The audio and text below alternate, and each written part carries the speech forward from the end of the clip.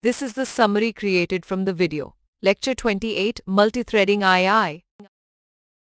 In this video, we explore the concept of multithreading and how to create threads in Java using the runnable interface.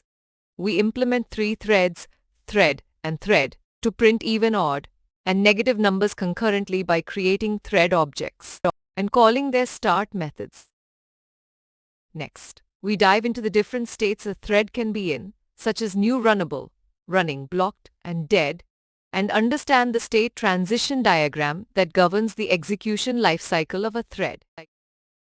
We then discuss various control methods for managing thread states, including suspend and resume for temporarily halting and enabling execution, sleep for introducing explicit delays, yield for switching execution contexts, and the ability to assign priorities for scheduler-based execution.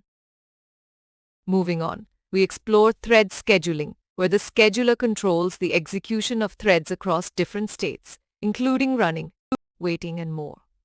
We also cover the concepts of daemon threads for background services and scheduling policies like preemptive and non-preemptive execution. To demonstrate thread execution, we present an example using the thread sleep method, where we create a thread example class extending thread and simulate a 5-second delay per iteration, showcasing how threads execute intermittently when sleep is invoked.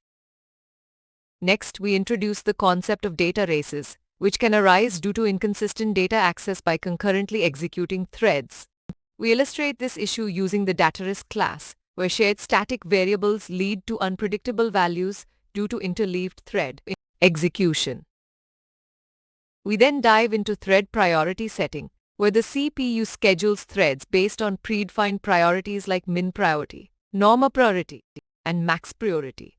We provide an example with 3 threads demonstrating how higher priority threads execute preferentially based on their assigned priorities.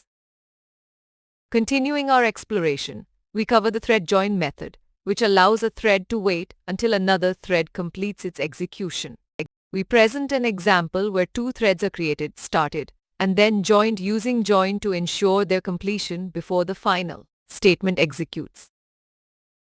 Moving forward, we discuss the crucial concept of thread synchronization, which prevents abnormalities and ensures correct results when multiple threads access the same data or critical section. We highlight the use of the synchronized keyword to control execution and provide an example of synchronized deposit and withdraw methods for accurate account balance updates. As we approach the end of the video, we shift our focus to input-output management in Java, emphasizing its importance for Internet programming and handling inputs from various sources. We set the stage for further discussions on how Java manages different input sources and handles outputs from these inputs. In summary, this video covers multi-threading programming, including thread creation, execution states, scheduling, data races, priorities, synchronization, and input-output management, providing a comprehensive understanding of these crucial concepts in Java programming.